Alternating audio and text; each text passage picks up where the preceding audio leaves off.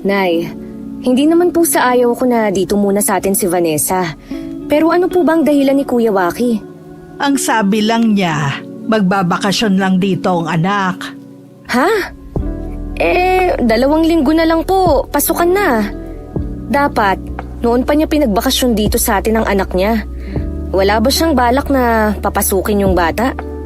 Hindi daw muna niya papapasukin sa kolehiyo. Kapos daw sila sa budget ngayon eh. Parang ang hirap namang paniwalaan. Maganda at malaki ang sahod niya. May trabaho din naman si Ate Betty. Ay, ewan ko lang, Nay, ha? Baka may ibang dahilan si Kuya na hindi sinasabi sa atin. Tsaka, bakit hindi man lang niya ako hinintay? Sabi ko nga hintayin ka. Nagmamadali daw siya dahil may pasok pa sa trabaho. Panggabi yata siya ngayong linggong to eh. Nasaan na po ngayon si Vanessa? Doon ko muna siya pinapunta sa kwarto ng ama niya nung binata pa. Mukhang napagod sa biyahe kaya sabi ko magpahinga na muna. Sana hindi siya manibago dito sa atin. Alam niyo naman na probinsya pa rin ang lugar natin eh. Nag-usap naman daw sila mag-ama bago niya dinala dito ang anak. Sumang-ayon naman daw. Mamaya ko na lang siguro siya kakausapin. Susunduin ko po muna si Axel sa eskwelahan. Dumaan na rin po pala ako kanina sa palengke para bumili ng ulam natin. Ako na lang magluluto niyan. Sige na, lumakad ka na. Hello, Miss Gwen. Ako si Melanie. May asawa at isang anak. Isa rin po ako sa taga-subaybay ng inyong channel. Madalas po na mag-isa lang ako sa bahay namin dahil malayo ang trabaho ng aking asawa. At gabi na siya nakakauwi. Habang ang anak ko naman ay maghapon sa university. Dahil sa pakikinig ko sa magagandang kwento sa inyong channel, naibsan po nito ang pagkainip ko. Hanggang nagdesisyon na rin po ako na ibahagi ang karanasan ko na may kinalaman sa kulam. Gising ka na pala, Apo. Gusto mo bang magmerienda muna? Ano pong meron? May puto dito na binili ng tiya Melanie mo. Hindi po kasi ako kumakain ng puto eh. Humihilab po kasi ang tiyan ko. Wala na po bang ibala? Ano bang gusto mo? Bibili ako sa tindahan. Ano po ba yung niluluto nyo? Magsisigang ako ng baboy para sa hapunan natin. Hihintayin ko na lang po yan. Paborito ko po kasi yan eh. O sige. Sinilip nga pala kita kanina. Ang sarap ng tulog mo ah. Presko po kasi ang hangin kaya nakatulog ako. Apo. Totoo ba na hindi ka mag-aaral ngayong pasukan? Yun po ang sabi ni Papa. Sayang naman ang 1 taon kung titigil ka. Anong taon mo na ba sa kolehiyo ngayon? Lola, kakatapos ko lang po ng senior high. Ha? Di ba 20 anyos ka na? Opo, ilang beses po kasi akong bumagsak kaya ngayon lang nakatapos. Siguro napabarkada ka kaya napabayaan mo ang pag-aaral, no? Ganun na nga po, Lola. Siguro hindi na rin po ako mag-aaral kahit kailan. Mas maigi pa rin kung makapagtapos ka. Iba kasi kapag meron kang diploma Kung ayaw naman po ng mga magulang ko, anong magagawa ko? Ang importante lang sa kanila ang 2 ko pang kapatid. Sila daw kasi ang lalaki ang magtataguyod ng pamilya kaya tama lang na silang magtapos. Samantalang ako naman daw mag-aasawa lang at mapipirmi na lang sa bahay. Ano bang klaseng katwiran niya ng mga magulang mo? Bakit naman ako? Nag-iisang lalaki lang ang ama mo at puro babae na ang sinundan. Pero pinag-aral pa rin namin silang lahat ng lolo mo. Hayaan na lang po natin sila kung yun ang paniniwala nila. Ala, pwede po bang maglakad-lakad sa labas? Pwede naman. Basta huwag ka lang lalayo, ha? Sa ilang araw na pananatili sa bahay ni Vanessa, wala naman ako napansin sa kanya na kakaibang ugali. Madalas din naman kasi siyang nagkukulong lang sa kwarto. Silang 2 ni Inay ang lagi magkasama sa bahay. Ume-extra din kasi ko sa patahian na pag-aari ng ninang namin ng asawa ko sa kasal. Umuuwi lang ako kapag susunduin ko ng anak ko sa eskwelahan. Pinag-summer class ko kasi para hindi puro laro ang inaatupag. Hindi ka ba naiinip? Bakit hindi ka lumabas at makipagkaibigan sa mga taga rito? Lumalabas naman po ako sa umaga. Hindi ko lang po gusto ang mga tao dito sa inyo. Parang ang dudungis pong tingnan ng mga bata, pati yung mga kaidaran ko. Nagulat nga po ako na yung kaedad kong kapitbahay natin may anak na pala. Simple lang kasi ang mga taga rito. Yung mga sinasabi mo na madudungis, sila yung mga tumutulong sa mga magulang nila sa pagsasaka. Kaya pala may putik ang mga paa at kamay nila. Palakaibigan naman sila pero ayoko po sa kanila. Gusto mo bang magtrabaho? Pwede kong kausapin ang tiya Melanie mo. Sa patahian po ba? Hindi naman ako marunong manahi Hindi lang naman pananahi ang ginagawa dun Sige po, Lola. Para kahit papano may magawa naman ako dito. Naubos ko na po kasing basahin lahat ng dala kong magazine. Pag uwi ng tiya Melanie mo, sasabihin ko sa kanya na gusto mong pumasok sa patahian. Lola, tumawag na ba si Papa sa inyo? Hindi pa Namimiss mo na ba ang pamilya mo? Siyempre naman po. Buong buhay ko silang kasama tapos bigla na lang nila akong ilalayo. Kapag tumawag, sasabihin ko na namimiss mo na sila. Malay mo pauwiin ka na doon. Malabo po yan, Lola. Baka dito na lang ako habang buhay. Ha? Akala ko ba magbabakasyon ka lang? Nagsinungaling lang po si Papa sa inyo. Bakit naman niya yung gagawin? Hindi ko po alam. Kapag po tumawag si Papa, sabihin niyo na lang na masaya ako dito. Sige. Sana nga tumawag siya. Marami din kasi kung gustong itanong sa kanya Kahit sa edad na 65, nagtatrabaho pa rin si inay sa lupa ng pamilya kasama ang ilan naming kamag-anak. May ilan din kaming alagang kambing na siya rin na nagsusuga sa bukid. Maliban pa dun, marunong ding manggamot si inay ng mga sinasapian ng espiritu. Pinaglalaruan ng mga elemento at maging ng kulam o barang. Kaya tuwing meron nagkakasakit sa barangay namin o karatig lugar, siya agad ang pinapatawag. Marami nga nagsasabi na mas bata tingnan si inay sa tunay niyang edad. Hindi pa kasi ganun kakulubot ang balat niya at wala pang ganong puti ang mahaba niyang buhok. Minsang umuwi ako galing sa pagsundo. Nakita ko siyang parang malalim ang iniisip habang nakaupo sa tumba-tumba. Nung lumapit sa kanya ang anak ko para magmano, tsaka lang niya napansin ang pagdating namin. May dinaramdam po ba kayo, Nay? Wala naman. Bakit mo na itanong? Paano po kasi? Nadatnan ko kayong tulala dyan. Iniisip ko lang na pag-usapan namin magkakapatid na ibenta na ang lupa sa silangan. Puro na kasi kaming matatandang nag-aasikaso Nasa pag-uusap naman po nyo yan Kung ano ba ang makakabuti. Gusto din kasi ng mga pinsan mo na mapakinabangan na ng mga magulang ang pera sa lupa habang malakas pa. May punto rin naman po sila.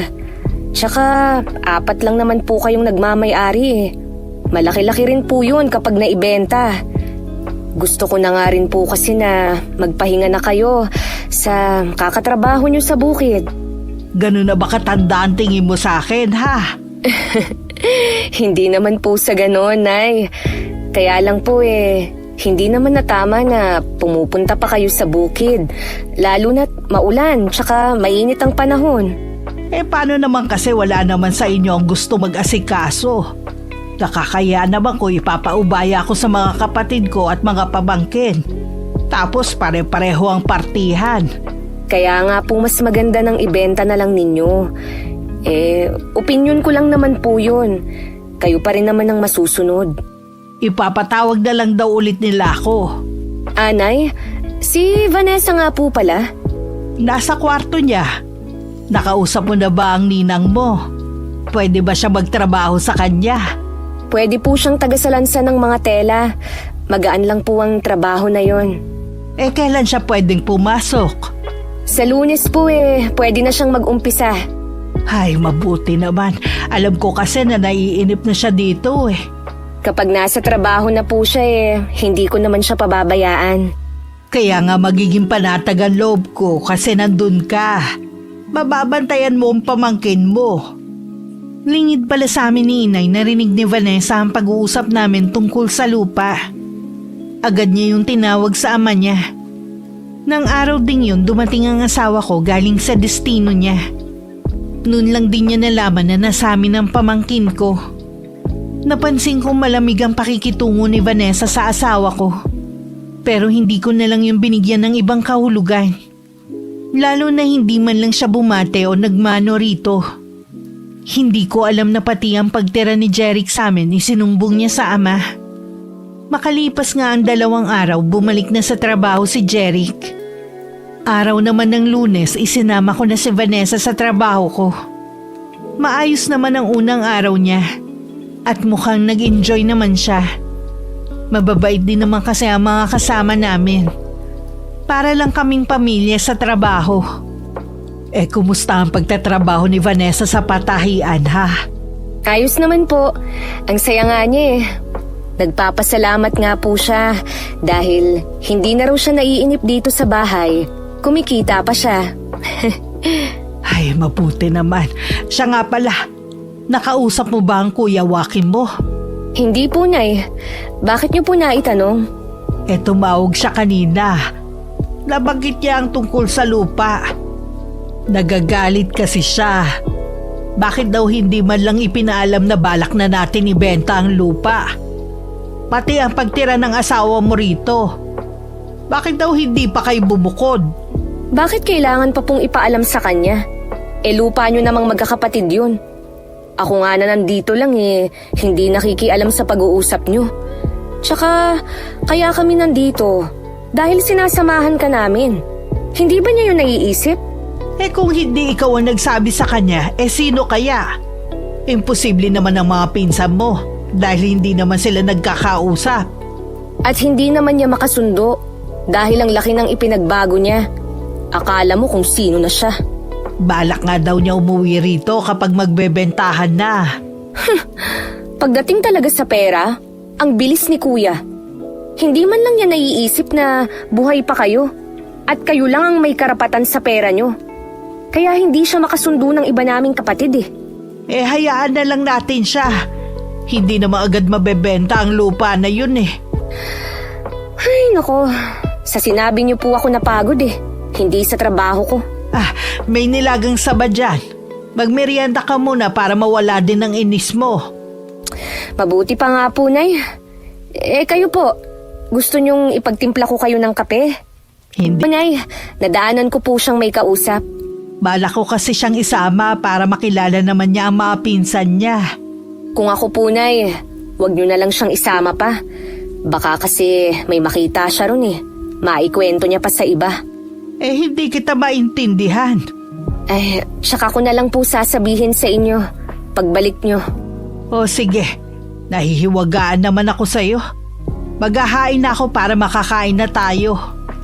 Kasabay naman namin si Vanessa mag-almusal.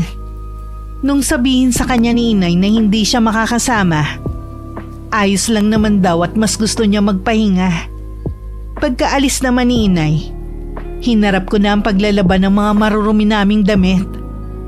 Nung lumapit sa akin ng pamangking ko para ipalaba ang marurumi niyang damit, sinabihan ko na siya dapat ang maglaban nun. Nagdadadabog na lang siya na bumalik sa kwarto niya. Bit-bit ang maruruming damit niya. Ganyan nga, ilabas mo ang tunay mong ugali. Wala akong pakialam kahit magsumbong ka pa sa tatay mo. Buong maghapon lang nagkulong sa kwarto niya si Vanessa. Ni hindi lumabas para sumabay sa aming mananghalian. Hindi naman ako nag-abala na tawagin siya. Hindi pwedeng aasra siya ng kung sino sa pamamahay ng mga magulang ko. Hanggang dumating si Inay, hindi pa rin siya lumalabas ng silid niya. Ikinuwento ko kay Inay ang narinig kong sumbong nito sa ama. Talaga? Yun na narinig mong sinusumbong niya kay Waki? Opo, Nay. Hindi nga po ako makapaniwala eh. Akala ko naman, totoo ang pakita niya sa tao na masaya siya. Yun pala, napipilitan lang siya. Hindi na ako nagtataka kung siya ang nagsabi kay Kuya Waki ng tungkol sa lupa. Wala namang gagawa nun kundi siya eh. Kakausapin ko siya. Wag na po muna, Nay. kilalanin pa po natin ang ugali ng apo nyo. Kung napipilitan lang pala siya na pumasok sa patahian mabuti pa na tumigil na lang siya. Ayokong kung ano-anong sinusumbong niya tungkol sa atin sa tatay niya. Sus, magsusumbong? Hindi naman totoo ang mga sinasabi. Kaloka naman siya. Baka nga rin hindi totoo na ayaw siyang pag-aralin ng mga magulang Baka yun lang ang sabi niya. Malamang po. Mamaya kakausapin ko na siya na huwag na lang siyang pumasok sa trabaho. Oo nga, baka yan pa ang pag-awayan ninyong magkapatid. Siyempre mas kakampihan nun at paniniwalaan ng anak niya. Tsaka po may ugali din ang apo nyo. Hindi lang ako pumayag na labhan ng mga marurumi niyang damit. Pinagdabugan na ako. Aba, hindi ko to palalampasin. Tawagin mo siya para makausap ko. Ipinatawag ko na lang sa anak ko si Vanessa. Hinintay namin siya ni Inay sa sala. Ilang sandali lang dumating naman ito at parang hiyang-hiya ang itsura. Hindi rin siya makatingin sa akin ng diretsyo. Ako naman naiinis pa rin dahil sa kabila ng kabutihan na ipinakita ko. Pinagdabugan pa niya ako. Alam mo na siguro kung bakit kita pinatawag. Dahil po ba sa pakiusap ko kay Tia Melanie na isama na rin ang mga marurumi kong damit sa nilalabhan niya kanina? Hindi lang yun. Bakit kailangan mo pa siyang pagdabugan? Hindi po yan totoo, Lola. Siya nga po itong nagsungit Oo, sinungitan kita dahil hindi tama na utusan mo ko na labhan ng mga damit mo. Tsahin mo ko, Vanessa, pero ako pa ang inuutusan mo? Pagkatapos, anong ginawa mo? Nagdadadabog kang umalis. Hindi po yan totoo. Bakit ko naman po yun gagawin? Tia Melanie, bakit ka ba ganyan sa akin? Huwag kang magdrama dyan. Lalo mong pinapainit ang ulo ko Ako pa talaga ang pinalalabas mong masama. O siya, tama na ang pagtatalo ninyo. Huwag na sanang maulit ang bagay na to, ha?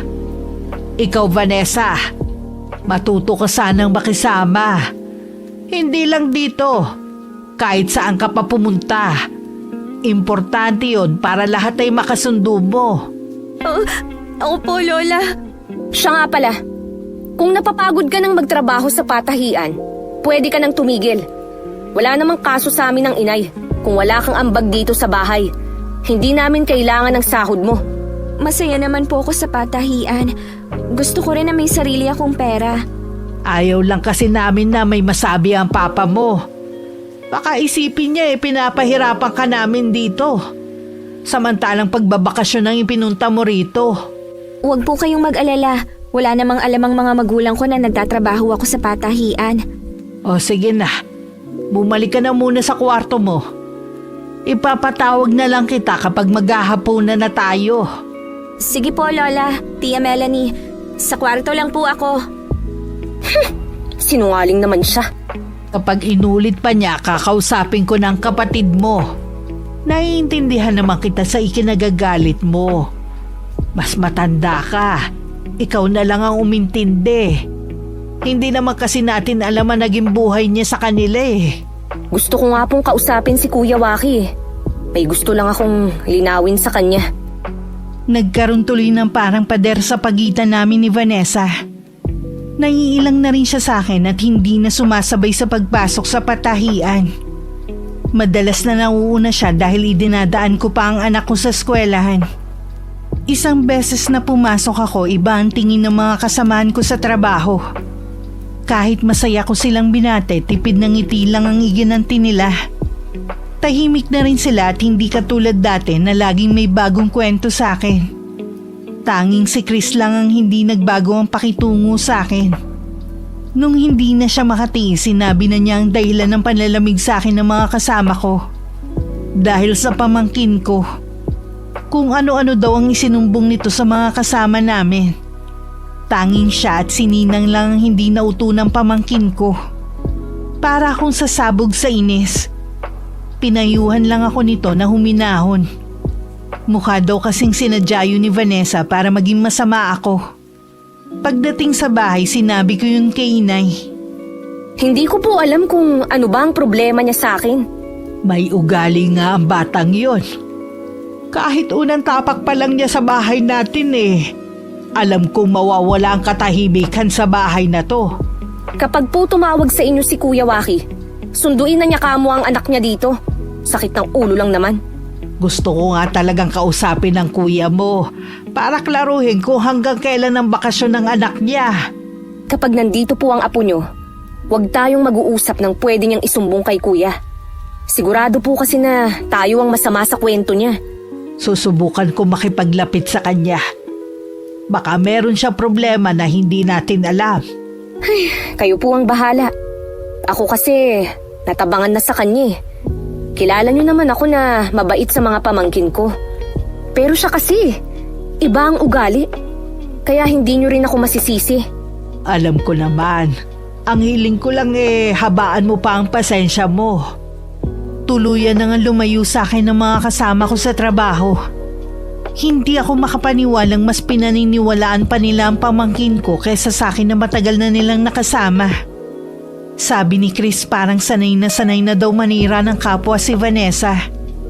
Dahil laging idinadaan sa iyak. Sinubukan din daw siyang lapitan ng dalaga pero umiwas agad siya. Pinagbantaan pa raw siya nito na may gagawin para matanggal sa trabaho.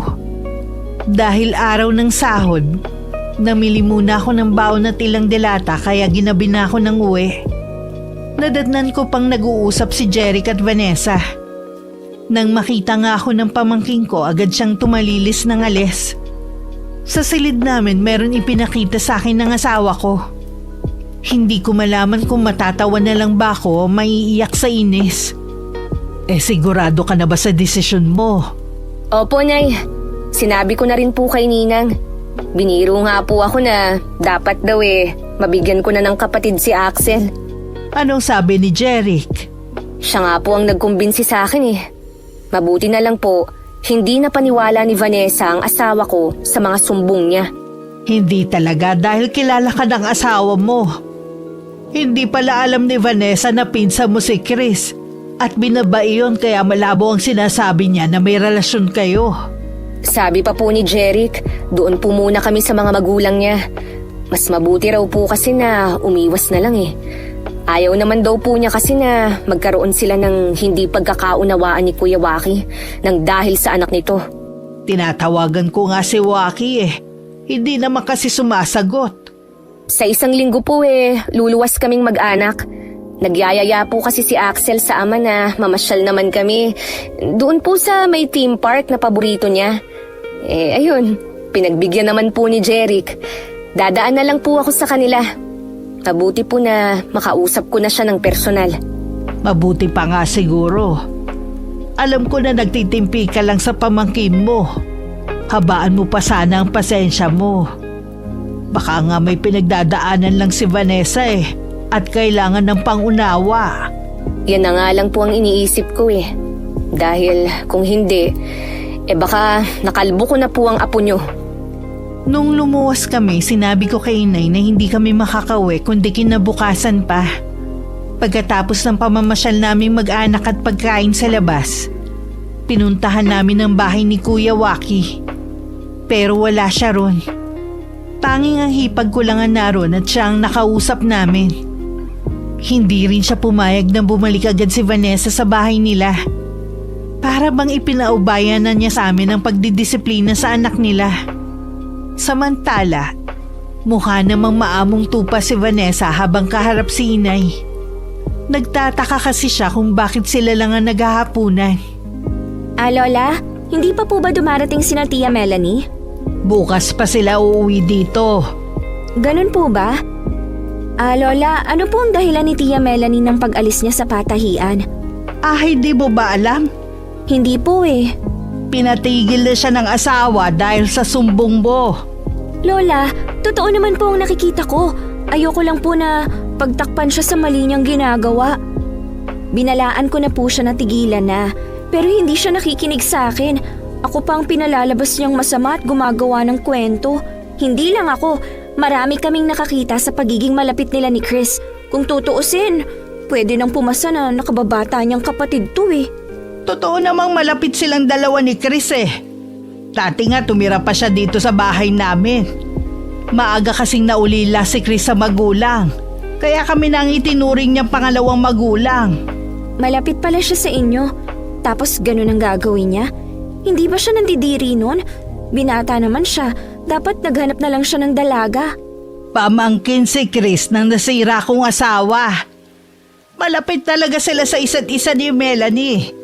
At siya din ang naging daan para magkakilalang anak ko at si Jeric. Kaya hanggang ngayon wala pa rin siyang asawa dahil bakla siya. Hindi niya type ang mga babae. Po? Ibig pong sabihin wala talaga silang relasyon?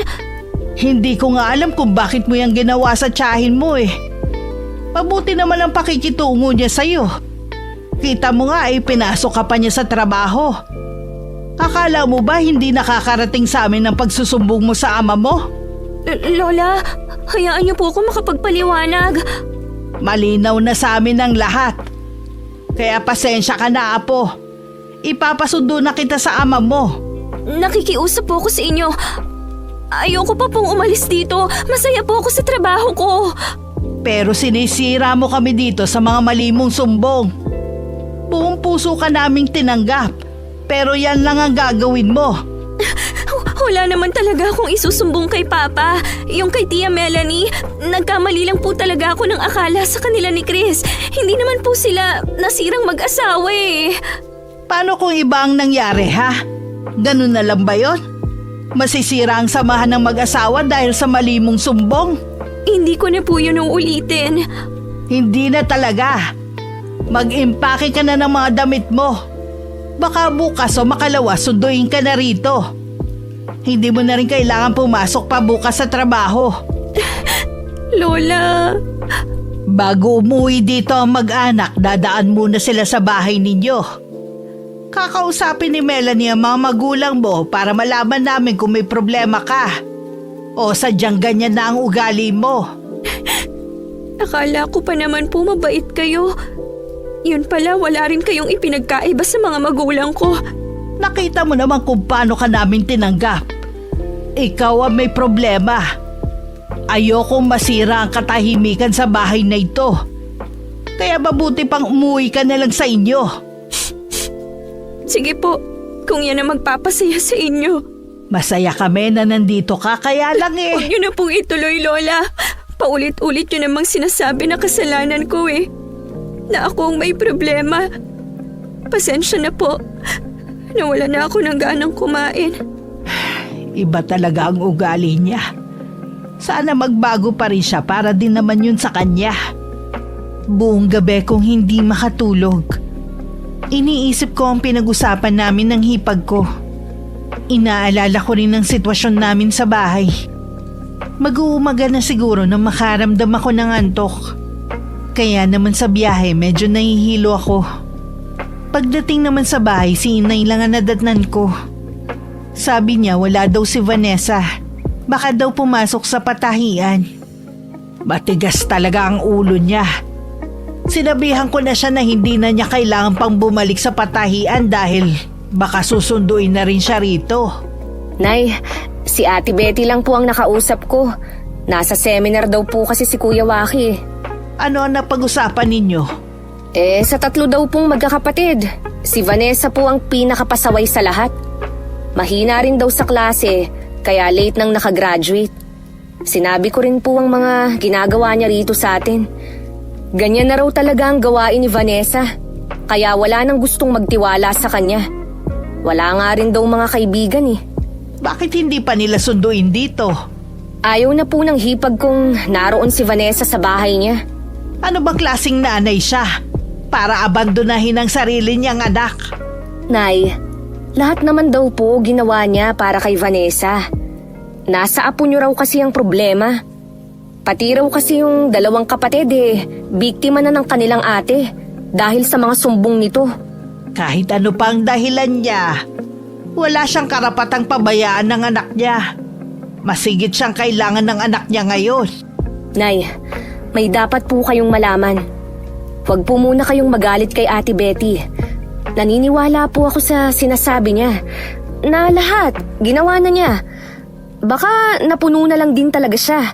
Lalo na't naaapektuhan na ang tunay niyang mga anak. Ha? Hindi kita maintindihan. Nay, anak pala ni Kuya Waki sa ibang babae si Vanessa. 2 taon na silang kasal nung magloko si Kuya. Namatay naman sa panganganak ang tunay na ina ng apo nyo. Kaya walang magawa si Kuya kundi iuwi ang bata sa kanila. At kinupkup naman siya ni Betty, ganun ba? Ganun na nga po. Kailan lang din po nalaman ni Vanessa ang katotohanan sa pagkatao niya.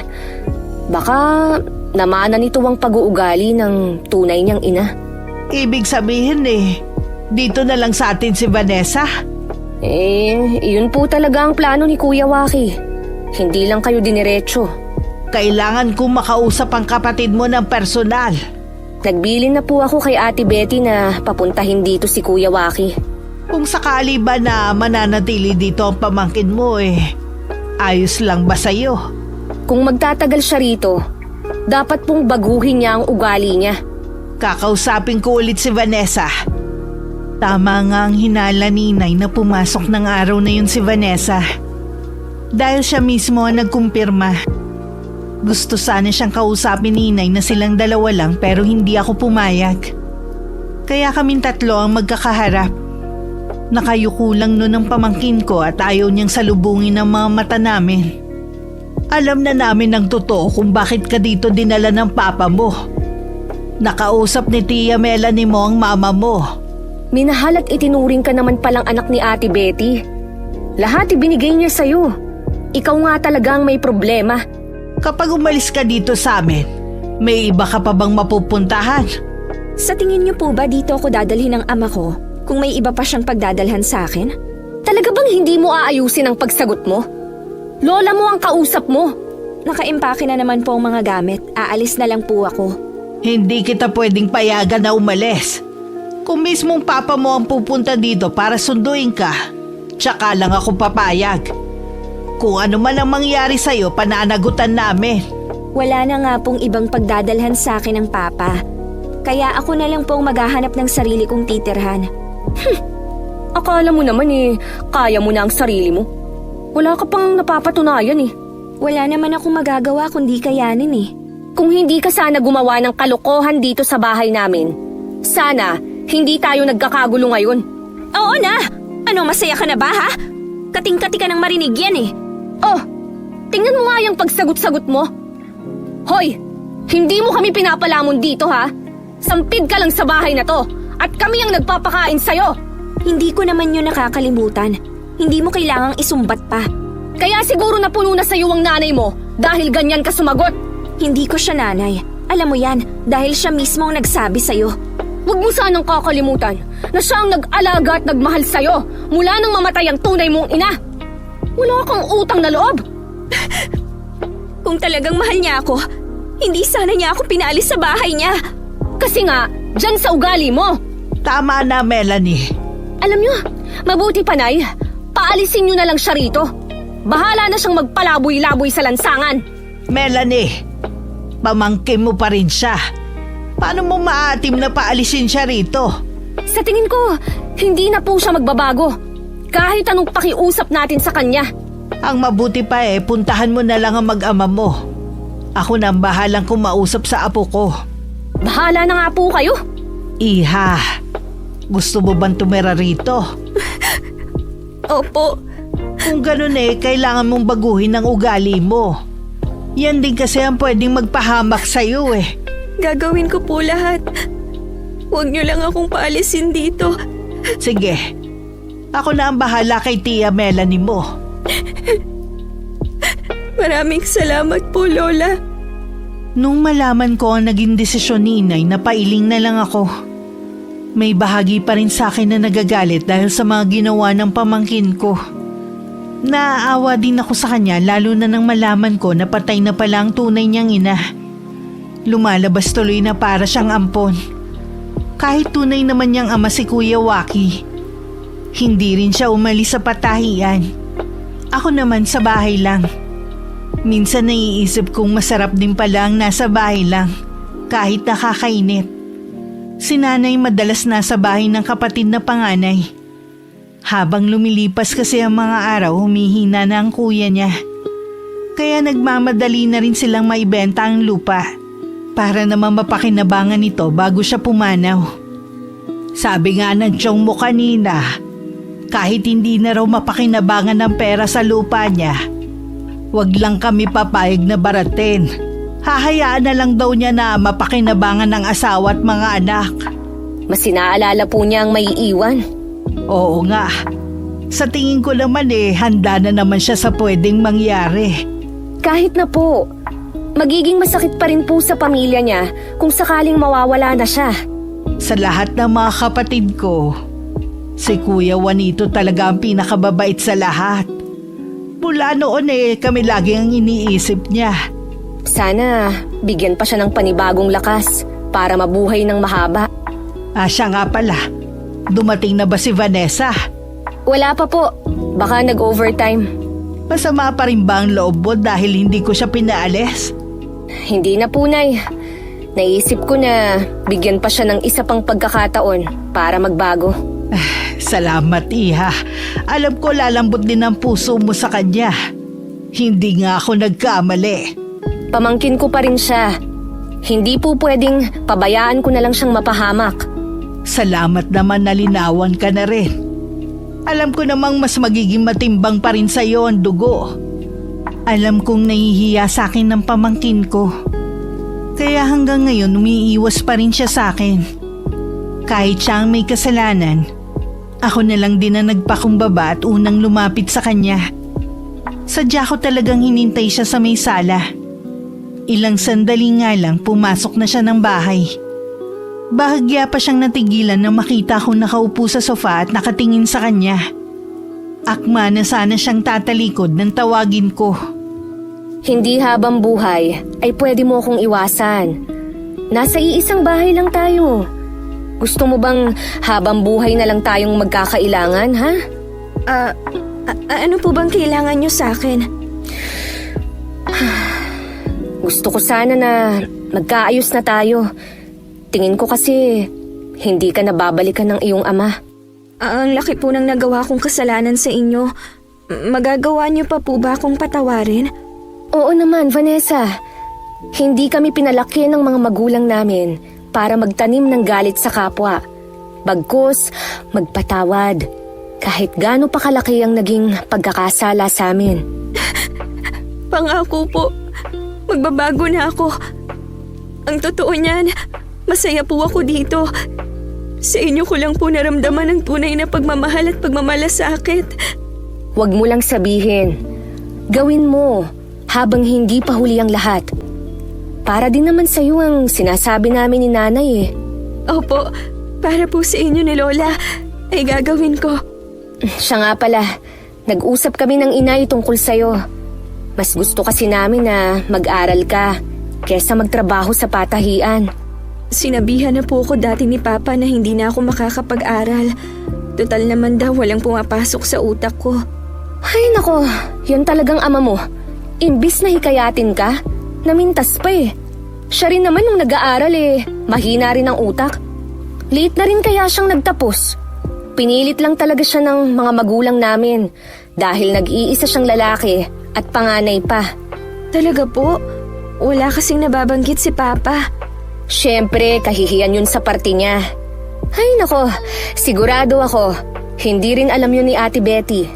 Baka hindi rin po magbigay ng panggastos ko si Papa. Hindi rin po ako makakapag-aral. Kami na ang bahala ni Inay sa pag-aaral mo. Gusto namin na may diploma ka na ipagmamalaki balang araw. Nakakaiyak ba ang sinabi ko? O baka ayaw mo talagang mag-aral? Pasensya na po. Hindi ko lang po mapigilan. Naiiyak po kasi ako. Gusto ko talagang mag-aral. Ang bait niyo po sa akin. Yun naman pala Kaya sa pasukan, sasamahan na kitang mag-enroll. Pwede po ba na habang naghihintay ako ng klase magtrabaho muna ako sa patahian? Gusto ko lang po kahit pambaon makapag-ipon ako. O sige, wala namang problema yon. Kabalik dito sa atin. Ano po kayang dahilan ng pag-aaway nila? Sabi dahil daw sa lalaki. Inaagaw daw ni Chris yung nobyo ni Giselle. Kausapin mo nga ang pinsan mong yun. Pambihira talagang baklang yun. Pinapayuhan ko naman yun na huwag nang lalandi dito sa lugar natin dahil masyado pa rin konserbatibo ang mga taga rito. Makikinig na yun sa'yo dahil nagkaproblema na. Hindi po yun nagpaparamdam sa akin kasi alam niyang masisermonan ko siya. Natatakot yun eh. Puntahan mo na lang sa kanila. Sige po, ngayon ko na pupuntahan sa kanila. Ibiniling ko na lang ang anak ko kay inay. Baka kasi magtagal ako sa bahay ng pinsan ko na may kalayuan din sa amin. Pero pagdating ko dun, wala siya at sarado ang buong bahay. Sabi ng kapitbahay na napagtanungan ko, umalis daw kasama si Jasper. Ang lalaking tinutukoy ng Ale ay ang nobyo nga ni Giselle. Mukha nga may namamagitan sa dalawa. May katwiran nga talagang magalit ang babae sa pinsan ko. Pagdating sa bahay, nagtaka pa si inay kung bakit bumalik ako agad. Sinabi ko na lang na wala si Chris sa kanila. Hindi na ako nagdagdag ng iba pang detalye. Dahil sa kakaisip sa pinsan ko, hindi ko na malaya na gabi na pala. At wala pa ang pamangking ko kung hindi pa nagsabi ang inay. Baka naman po nag-overtime na naman sa trabaho. Sinabihan ko na nga yun na wag mag-overtime dahil hindi ko gusto na umuwi siya ng gabi. Gusto po kasing makaipon ng bata para sa pasukan. Sinabihan ko naman siyang ako na ang bahala. Hayaan niyo po. Mamayang pag-uwi sasabihan ko siya. Nag-aalala lang kasi ko sa kanya. Iba na ang panahon ngayon Dapat nga po nandito na siya kahit nag-overtime siya sa patahian. Hindi po kaya kasama ng mga kaibigan? Tumatawag yun sa akin kapag naiimbita ng mga kaibigan. Kung sa bagay nga, nagpapaalam din yun sa akin sa umaga bago pumasok Lalabas na nga po muna ako. Oh, may humintong tricycle sa tapat natin. Baka siya na ang sakay. Oo nga po, Nay. Siya na nga po. Nung makapasok sa bahay, agad na nagmano sa amin si Vanessa. Napansin ko na parang mailap ang mga mata niya at para siyang balisa. Nung sulyapan ko ang mga kamay niya, bahagya pa yung nanginginig. Magtatanong na sana ako nang maunahan ako ni inay. Bakit ngayon ka lang? Pasensya na po, Lola. Nag-overtime po kasi ako Di ba sabi ko na sa'yo, ayokong umuwi ka ng gabi? Last na po itong mag-overtime ako. Nangihinayang lang po kasi ako. Huwag mo nang isipin ang tungkol sa gagastusin mo sa pag-aaral. Kami na ang bahala dun. Nakakahiya naman po kasi. Apo kita, hindi mo kailangan mahiya. Sige na, magbihis ka na't kakain na tayo ng hapunan. Sige po, Lola. Parang may kakaiba sa kanya. Napansin ko na para siyang takot. Saan naman kaya siya natatakot? May nangyari kaya sa patahian? Siya lang ang makakasagot sa bagay na yan. Habang naghahapunan nga kami, wala namang kaming napunang kakaiba sa kinikilos ni Vanessa. Baka pagod lang siya sa trabaho. Hindi naman kasi biro na sa edad niyang yun nagtatrabaho na. Kinabukasan naman bumalik ulit ako sa bahay ng pinsan ko. Wala pa rin siya sa kanila. Sabi ulit tong aling kapitbahay niya, hindi pa raw umuwi mula kahapon.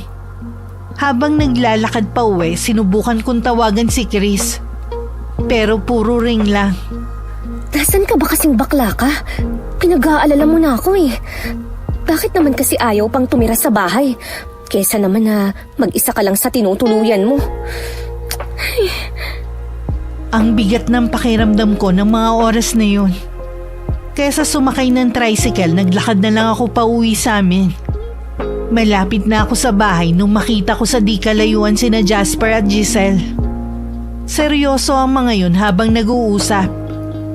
Ewan ko ba, bigla akong kinabahan na hindi ko maintindihan. Nang mapatingin sila sa gawi ko, para sila nakakita ng multo. Mabilis silang sumakay ng motor at umalis. Napapakamot na lang ako sa ulo habang sinusundan ko sila ng tingin. Pagdating sa bahay, hinarap ko na lang ang paglilinis ng kwarto namin. Dahil darating ng araw na yun ang asawa ko.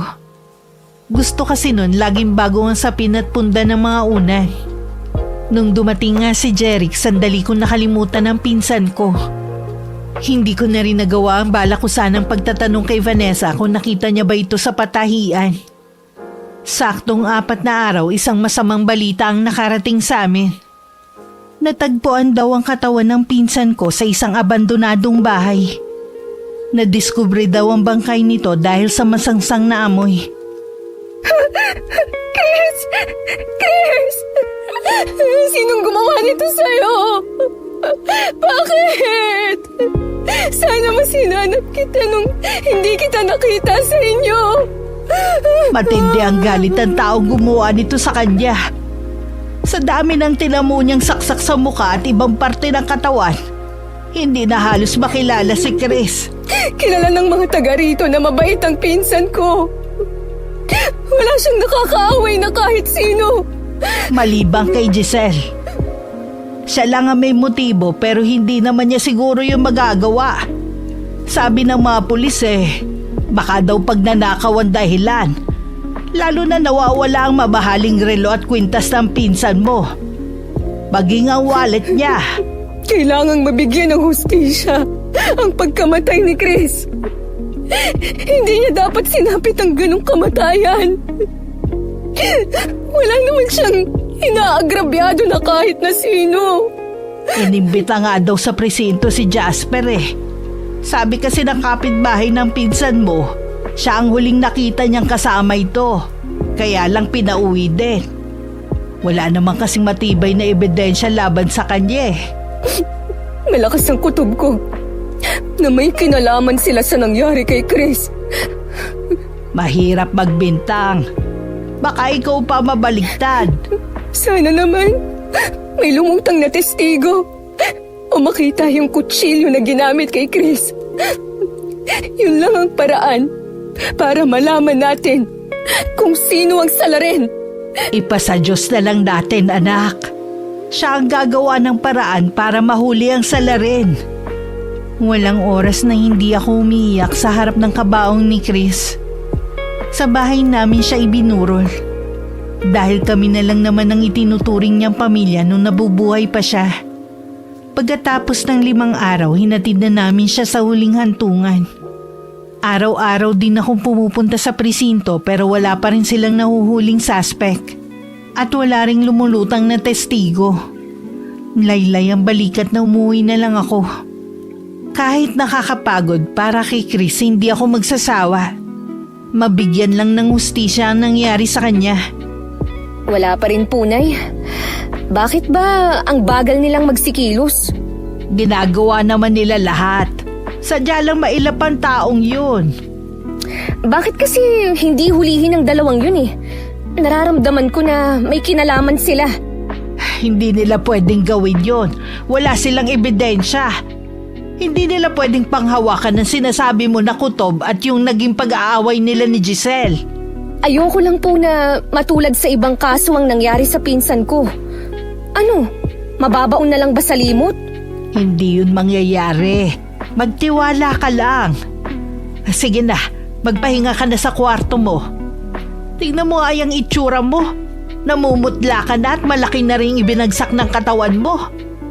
Pati anak mo napapabayaan mo na rin. Alam ko naman po kasi na nandyan kayo Iba pa rin kasi kapag ikaw ang nag-aalaga. Kaya sana naman ayusin mo na yung sarili mo. Para naman pong ganun kadali ang sinasabi nyo. Nauunawaan ko nagluluksa ka pa. Kaya lang napapabayaan mo na ang pamilya at sarili mo. Gusto mo bang magkasakit ha? Siyempre, ayoko po na Hindi ko naman gusto na maging pabigat pa sa inyo. Yun naman pala Kaya sumunod ka na lang sa akin. Magpahinga ka na muna sa kwarto nyo. Matulog ka kahit ilang oras pa. Bawiin mo ang mga nawalang lakas mo nitong mga nagdaang araw. Para hindi na lang humaba ang usapan, sinunod ko na lang si Inay. Akala ko hindi ako makakatulog. Pero paglapat pa lang ng likod ko sa higaan, para na akong hinihele sa antok hanggang mapahimbing na rin ako. Samantala ng mga oras na yun, hindi rin mapakali ang pamangkin ko. Lingid kasi sa amin ni Inay. Siya ang testigo sa pagkamatay ng pinsan ko. Mula nang masaksihan niya ang krimen, hindi na siya makatulog sa gabi at makakain ng maayos. Dahil abala nga ako sa pagdadalamhati, hindi ko na siya nabibigyan ng pansin. Dahil pakiramdam ni Vanessa kahit saan siya tumingin, nakikita niya ang pinsan ko. Isang desisyon nang nabuo sa kanya. Ano? Bakit biglaan naman yung desisyon mo? Pasensya na po, Lola. Gusto ko na po talagang umalis sa lugar na to. Magtapat ka nga sa akin, Apo. May nangyari ba sa'yo sa patahian? May sinabi ba sa'yo ang Tia Melanie mo? Nitong mga huling araw kasi laging mainit ang ulo niya. Maayos po ang trabaho ko sa patahian. Wala rin pong ginagawang masama si Tia Melanie sa akin. Awang-awa na nga po ako sa kanya eh. Kung ganon, anong dahilan mo bakit gusto mo nang umalis dito sa bahay? Hindi ko po kayang sabihin. Natatakot po ako. Ano bang kinatatakutan mo? Sorry po talaga, Lola. Hindi ko masasabi. Vanessa! Apo, bumalik ka rito! Ano bang kinatatakutan niya? Madilim na sa labas ng bahay nang magising ako. Magaan na rin ang pakiramdam ko at nakakaramdam na rin ng gutom. Bumangon na ako at nagtungo sa kusina. Sa naaamoy kong niluluto ni Inay, lalo ko nakaramdam ng gutom. Kumusta na ang pakiramdam mo? Magaan na po. Nagugutom na nga ako eh. Sandali na lang to niluluto ko. Nay, hindi pa po ba umuwi si Vanessa galing patahian? Hindi na siya pumasok sa trabaho. Gusto na rin niyang umalis dito. Ha? Bakit naman ho? Ayaw niyang sabihin eh. Pero alam ko meron siyang mabigat na pinagdadaanan. Wala naman po kasi siyang nababanggit noon na problema niya eh. Baka sumabay lang sa pagkamatay ni Chris kaya hindi siya nakakapagsabi sa atin. Nasa kwarto lang po ba siya? Oo, maghapon lang siyang hindi lumalabas. Pupuntahan ko lang po siya. Hindi ko maiwasang makonsensya. Dahil may pinagdadaanan na pala ang pamangking ko, hindi ko pa alam. Mula nang magkasundo kami, naging malapit na kami sa isa't isa. Kahit yung maliliit na bagay sinasabi na niya sa akin. Kabisado ko na nga ang mga gusto niyang pagkain pati klase ng damit. Kaya kapag binibilhan ko siya dati, alam ko na kahit hindi ako magtanong sa kanya. Nakailang katok din ako bago niya binuksan. Nakita ko na mamaga ang mga mata niya, tanda na umiyak siya. Sa higaan, naroon ang mga damit at maleta niya. Totoo nga ang sabi ng inay na gusto mo nang umalis dito. Sorry po, Tia Melanie. Gusto ko naman po talaga dito. Kaya lang... Kaya lang ano? Bakit hindi mo sabihin ang problema mo? Wala naman po akong problema eh. Kilala na kita, Vanessa. Kaya hindi mo kailangang ipagkaila. Ano ba ang kinatatakutan mo? Wala po talaga. Wala ka sigurong tiwala sa akin. Kaya hindi mo gustong sabihin. Hindi naman po sa ganun. Kung aalis ka rito, saan ka naman pupunta? Paano ang mga plano natin? Makikiusap po ko kay Mama Betty na kung pwede na dun muna ako sa kanila. Sige, ikaw ang bahala. Tutal naman malaki ka na. Alam mo na ang tamang desisyon. Tia Melanie, alam ko po na masama ang loob niyo sa akin. Sa maiksing panahon po, minahal ko na kayong na higit sa isang ina. Kung ganun pala bakit mo kami iiwan ni inay? Alam mo bang masasaktan kami kapag umalis ka? Kung magtatagal pa po kasi ako, para na akong mababaliw sa takot. Sabihin mo sa akin kung ano ang kinatatakutan mo. Magtiwala ka lang. Poprotektahan kita. Tia Melanie, nakita ko po kung sinong pumatay sa pinsan niyong si Chris. Ano? Nasaksihan mo? Opo. Sa harap namin ni Inay, sinalaysay ni Vanessa ang pangyayari nung gabing yun. Siya na lang daw ang naiwan sa patahian nun kaya nahirapan na siyang makasakay ng tricycle. Kaya naglakad-lakad na lang siya sa unahan hanggang makita niya si Chris na parang may hinihintay.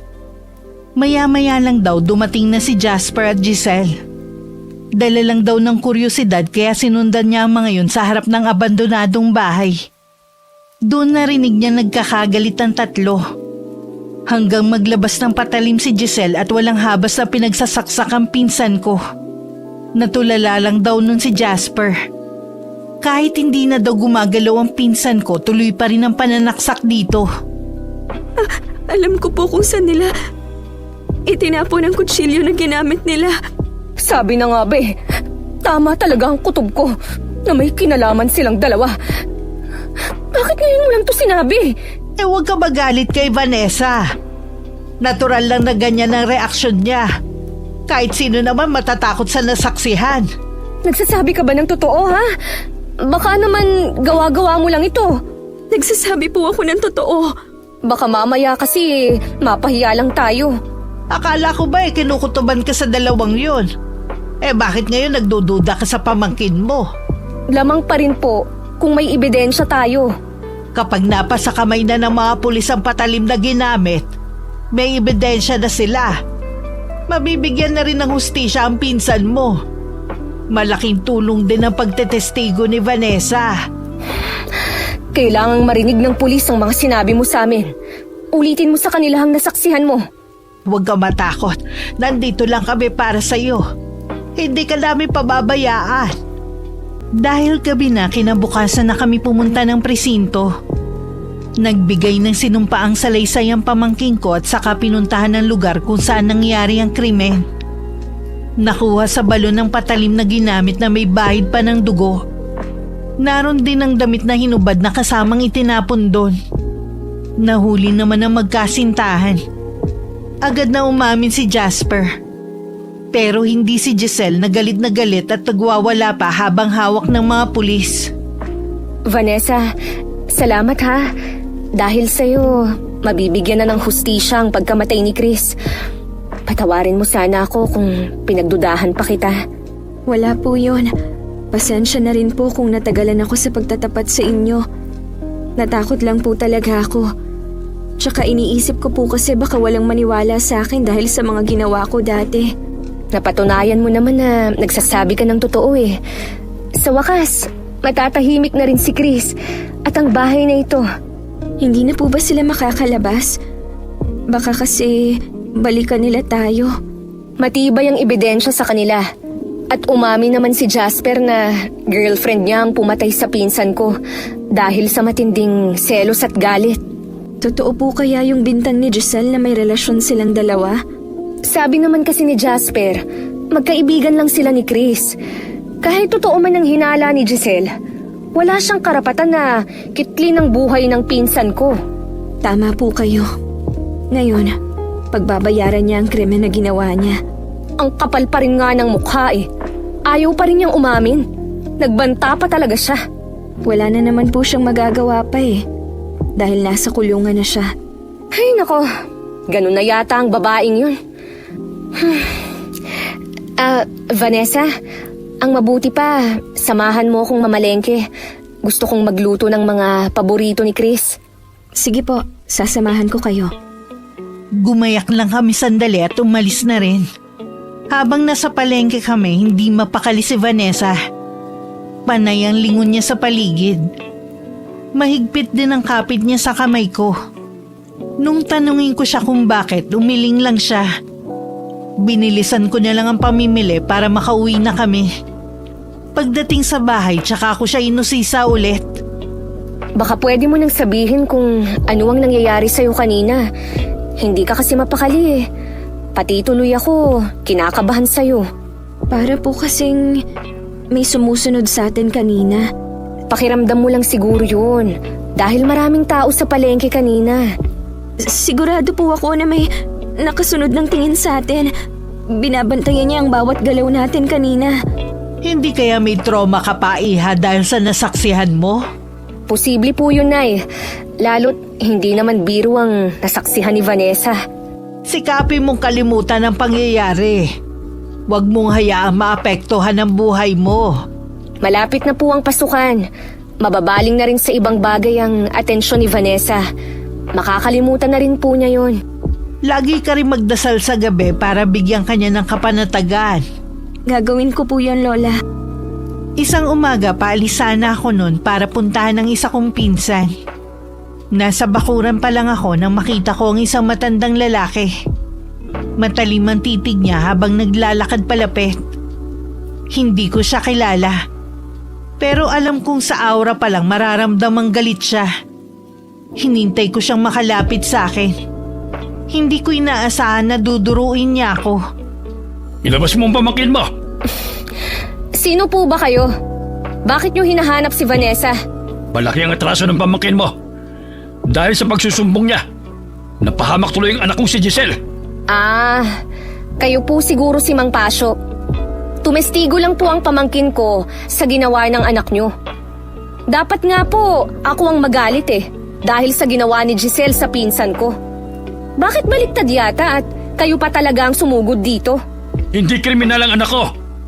Nagsisinungaling lang ang pamangkin mo. Isa ka rin sa mga biktima ng mapanira niyang sumbong. Bakit ka maniniwala sa kanya?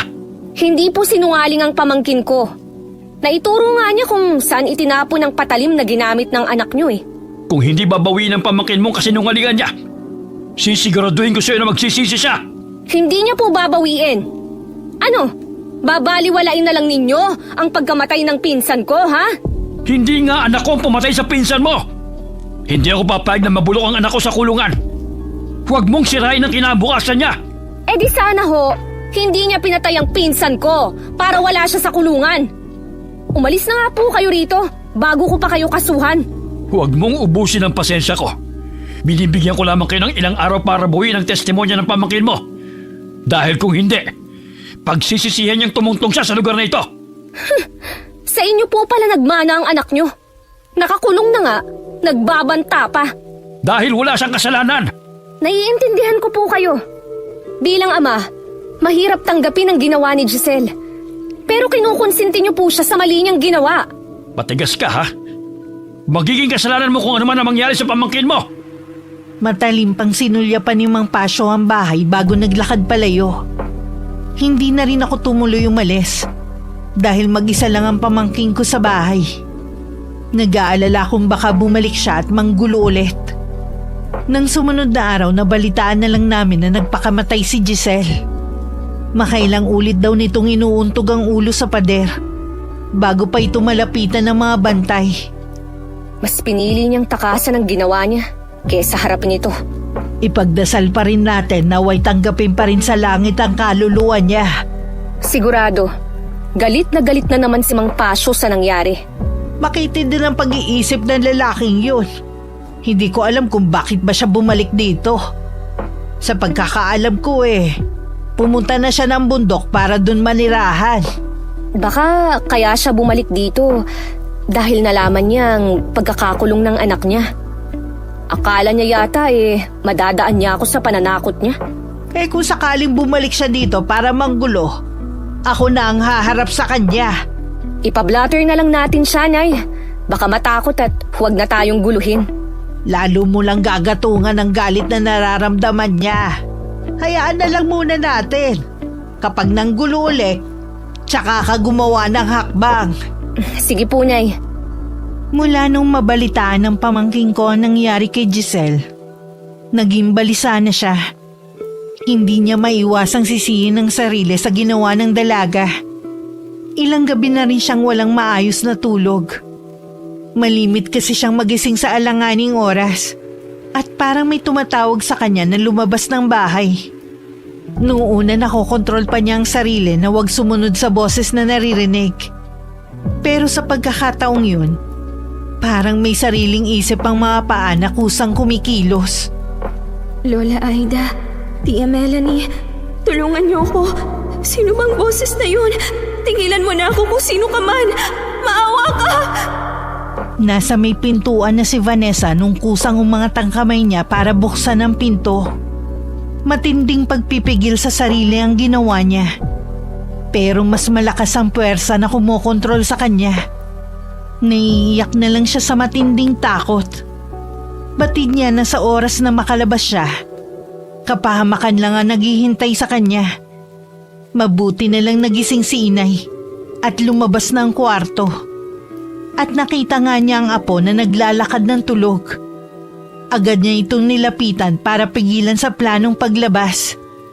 Vanessa! Anong ginagawa mo rito, Apo? Lola! Lola! Mabuti po dumating kayo. Bakit gising ka pa ng ganitong oras? Ilang gabi na po akong nagigising ng ganitong oras. May naririnig po akong boses at inuutusan niya akong lumabas sa bahay.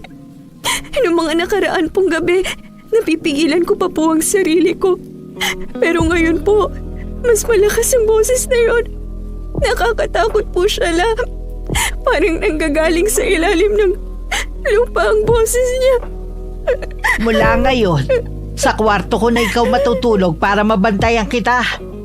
Huwag ka na umiyak. Halika na.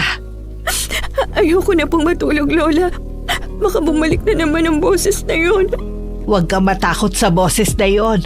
Akong bahala sa kanya. May pangontra ko para hindi mo siya marinig. Sino po kaya siya, Lola? Hindi ko alam, Iha. Pero gagawin ko lahat para malaman ko sinong gumagambala sa'yo. Salamat po, Lola. Mabuti na lang po nandyan kayo. Tinimplahan pa ni Inay ang apo ng gatas para kumalma. Nanginginig kasi ang buong katawan sa matinding takot. Nakatulog naman ulit ang pamangkin ko habang ang inay nakabantay lang dito. May hinala na rin siya kung anong nangyayari. Nang maliwanag na, tsaka lang bumangon si Inay. Naabutan na niya ako sa may kusina. Ngayon lang po kayo tinanghali ng gising ah. Kanina pa ako hating gabi gising. Pinantayan ko lang si Vanessa habang natutulog. Sa kwarto ko siya at mahimbing pa rin ang tulog. May nangyari po ba kagabi? Nakita ko siya naglalakad ng tulog eh. May boses na nag-uutos sa kanyang lumabas ng bahay. Sino ho kaya yun? Hindi ko pa alam. Pero nasisiguro ko na masama ang kanyang intensyon. Bakit ba hindi na matapos-tapos ang problema natin? Nakakapagod na. Huwag kang panghinaan ng loob sa mga dumarating na problema sa atin. Isipin mo na lang na pagsubok lang to sa atin para malaman kung gaano tayo katatag sa pananampalataya. Pasensya ka na, Nay, ha? Tao lang naman po ako na napapagod din. Lalo na si Vanessa. Ang bata pa niya para maranasan ng ganitong bagay. Hindi ko maiwasang sisihin si Kuya Waki sa nangyayari sa anak niya. Kung hindi sana niya pinabayaan hindi aabot sa ganito. Huwag mo nang sisihin ng kapatid mo. Nangyari na eh. Tayo lang ngayon ang maaasahan ni Vanessa. Dahil sa ilang gabi ng puyat, tanghali na nagising si Vanessa. Pinakain ko lang siya. Tapos sinimulan na ni Inay na tawasin siya. Baka meron kasing hindi namin kaurian nagkakagusto sa kanya. Pero hindi inaasahan ni Inay ang makikita sa kanyang tawas. Kitang-kita sa kanyang sindak. Hanggang matapos hindi siya nagsalita. Ano kaya ang nakita ni Lola sa tawas niya? Hindi ko alam Pero wag kang mag-alala. Magaling manggamot si Inay. Oo nga po. Mula nung hinilot niya ako, gumaan na ang pakiramdam ko. Huwag ka munang lalabas ng bahay hanggat walang sinasabi si Inay.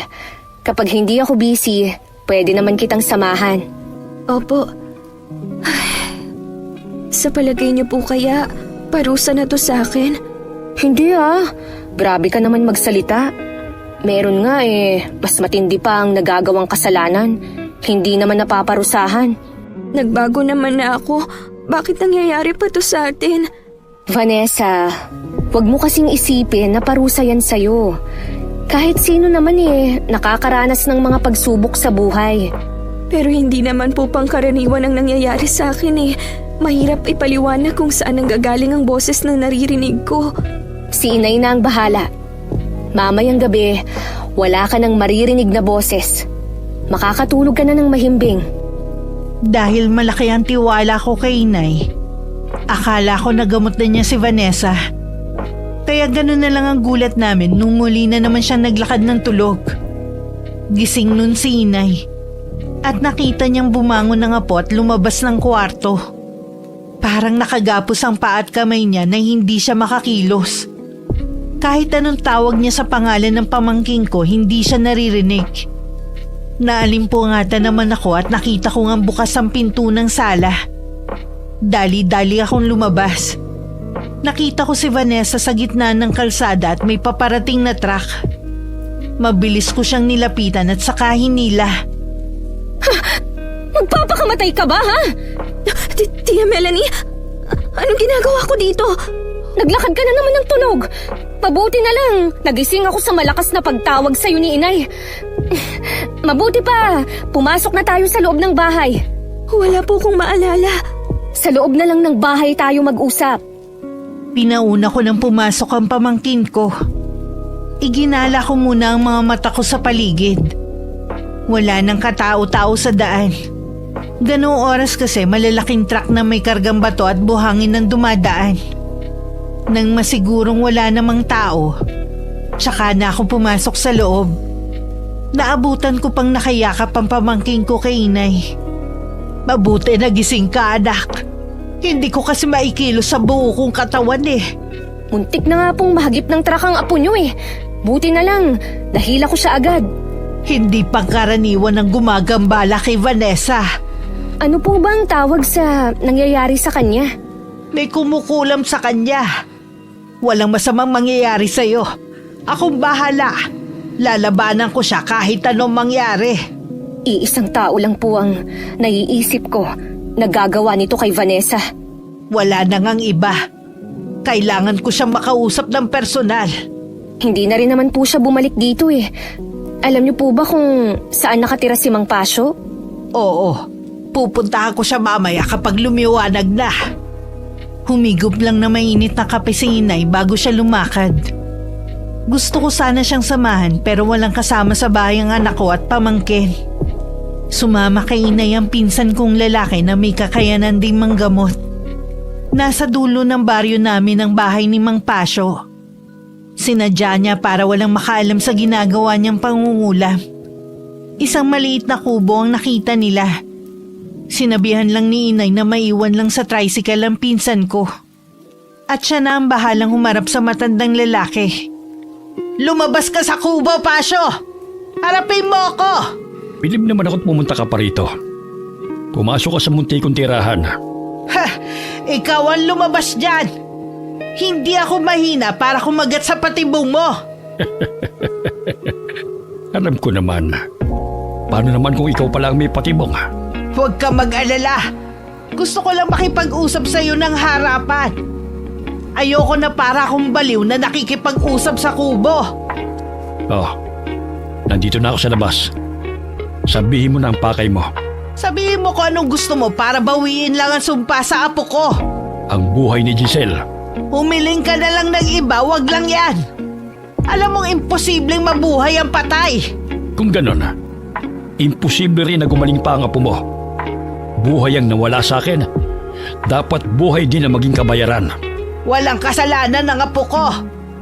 Nakapatay ang anak mo. Sana tinanggap mo na lang ang kapalaran niya. Nag-iisa ko lang na anak si Giselle. Paano na ako ngayon? Sino na mag-aalaga sa akin pagtanda ko? Kung naging mabuti ka lang sana, hindi mo iisipin ang pagtanda mo. Wala kang kakatakutan kahit mag-isa ka na lang. Wala akong pakialam kung ang tingin mo sa akin ay masama. Nakikiusap ako sa'yo, lubayan mo ng apo ko. Ako na lang ang parusahan mo. Hindi ko na rin mababawi ang sumpa na ginawa ko. Walang luna sa kulam ang ginawa ko sa kanya. Baka sa mga oras na ito'y kumakalat na sa buong katawan ng apo mo ang lason. Oras na sumambulat yun. Wala ka nang magagawa pa. Wala kang puso! Magulang ka rin. Naiintindihan mo dapat ang nararamdaman ko. Nauunawaan ko ang pagdadalamhati mo. Pero hindi mo ba naiisip kung bakit nagkaganon ang anak mo? Baka may kasalanan ka rin. Nasaan ka nung mga panahong lumalaki si Giselle? Nasa bundok ka. Kaya hindi mo nasubaybayan ang paglaki niya. Hindi mo siya tinuruan na maging mabuting tao. Umalis ka na. Pinakiusapan kita pero ayaw mo akong pakinggan. Hindi mo alam ang kaya kong gawin. Handa na ako sa pwedeng mangyari sa akin. Kaya hindi mo ko matatakot. Umalis si inay na hindi nakikipagkasundo sa kanya si Mang Pasyo. Habang daan nahulog sa malalim na pag-iisip si inay. Alam niyang ayaw lang bawiin na matandang lalaki ang ginawa nito sa pamangkin ko. Gusto na rin niya na sumunod sa anak. Nawala na siya ng pag-asang mabuhay. Nung mga oras na yun, nawalan ng malay si Vanessa. Mataas din ang lagnat niya at meron siyang itinuturo sa iba't ibang direksyon ng silid. Makailang beses na rin siyang sumuka. Tumitirik na rin ang mga mata niya. Ako naman walang tigil sa pagpuna sa kanya ng basang bimpo. Kayanin mo, Vanessa. Huwag kang susuko. Gumagawa na ng paraan si inay. Diyos ko, pumubula ang bibig niya sa sobrang taas ng lagnat. Lumalaki na rin ang tiyan niya. Alam kong kapag pumutok ito, huli na ang lahat. Habang pinupunasan ko ang pamangking ko, panay ang dasal ko sa isip ko. Lahat yata ng santo na tawag ko na. Pero wala pa rin pagbabago sa kalagayan ni Vanessa. Ilang sandali pa dumating na rin si inay. Agad niya nilapitan ng apo at nag-usal siya ng orasyon. Nagwawala rin si Vanessa. Kaya kinailangan naming itali. Labanan mo, Vanessa! Isipin mo yung pangarap mo at kami ni inay. Gusto ka pa naming makasama. Ayoko sa orasyon na to. Pero ito na rin ang gusto ni Pasio para makasama na niya ang anak niya. Nay, iligtas niyo po si Vanessa. Oo anak, makakaligtas siya. Kasabay ng pag-usal ng Latin na orasyon, nagpatay sindi rin ng ilaw sa kwarto. Binalot din ng malamig na hangin ng buong silid. Napayakap na lang ako sa sarili. Hindi ko alam kung gaano katagal ang ginagawa ni inay pero parang may humigop ng lakas ko. Nagwawala na rin si Vanessa. Tingin ko hindi lang kulang man nangyayari sa kanya, kundi parang may sumasapi na rin. Nag-iiba-iba na kasi ang boses niya. Vanessa! Nay, nawalan po siya ng malay? Tapos na. Nagawa kong talunin ang karunungang itim ni Pasio. Ibinalik ko sa kanya ang sumpang ibinigay niya kay Vanessa. Ibig sabihin, magaling na si Vanessa. Ay, salamat naman. Hayaan na lang muna natin siya. Pagpapahinga rin muna ako. Maraming nawalang lakas sa akin eh. Namumutla po kayo, Nay. Ayos lang ba kayo? Oo naman. Ang inaalala ko si Pasio. Siguradong naghihintay na lang siya sa mga huling sandali niya. Yun din naman ang ginusto niya eh. Huwag na lang po muna kayong magsalita. Baka lalong maubos ang natitira niyong lakas. Pagkagising ng pamangking ko, parang nagdahilan lang siya. Walang bakas ng kahit anong pinagdaanan. Akala ko nga mawawala na siya sa amin. Nay! Nay! Huwag niyo po muna kaming iwan. Huwag ka nga umiyak dyan, hindi pa naman ako mamamatay. 1 linggo na po kasi kayong nakaratay eh. Sorry po, Lola. Kung dahil sa akin ay napahamak kayo, sana hinayaan niyo na lang ako. Hindi apo, wala ka namang kasalanan eh. Ayos lang naman ako, kaya wag na kayong mag-alala. Mawawala lang po ang pag-aalala namin kung makakatayo na kayo dyan. Salit-salita ng ginawa namin pag-aalaga kay inay. Hanggang manumbalik ang lakas niya. Siguro dahil sa dami ng mga nagamot na rin ni inay, sinisingil na siya. Mula nang gamutin niya si Vanessa, hindi na siya ganong kalakas. Mabilis na rin siyang mapagod. Magkaganon man, araw-araw ako nagpapasalamat na kasama pa rin namin siya hanggang ngayon. Narinig ko pong pinag-uusapan kanina sa may tindahan si Mang Pasio. Namatay na rin pala siya. Wala ka ng katatakutan dahil wala na siya. Magiging normal na ulit ang buhay mo. Salamat, Tia Melanie. Hindi niyo ako sinukuan ng lola. Malapit na ang pasukan. Mababaling na rin sa pag-aaral ang atensyon mo. Magiging mabuting estudyante ako para wala akong maapakan na kapwa ko. Pagbubutihin ko rin para hindi sayang ang pagpapaaral niyo sa akin. Tinupad nga ni Vanessa ang mga pangako niya sa amin. Kahit ang mga magulang niya nagulat sa malaking pagbabago sa kanya. Sa kasalukuyan, nakatapos na ng pag-aaral ang pamangkin ko at may maayos na trabaho. Habang sinusulat ko ito, nasa tabi ko siya para alam niya na kwento namin ang ipapadala ko sa inyo, Miss Gwen. Sana kapulutan ng aral ng mga nakikinig sa inyong channel ang kwento namin. Wakas. Nay, hindi naman po sa ayaw ko na dito muna sa atin si Vanessa.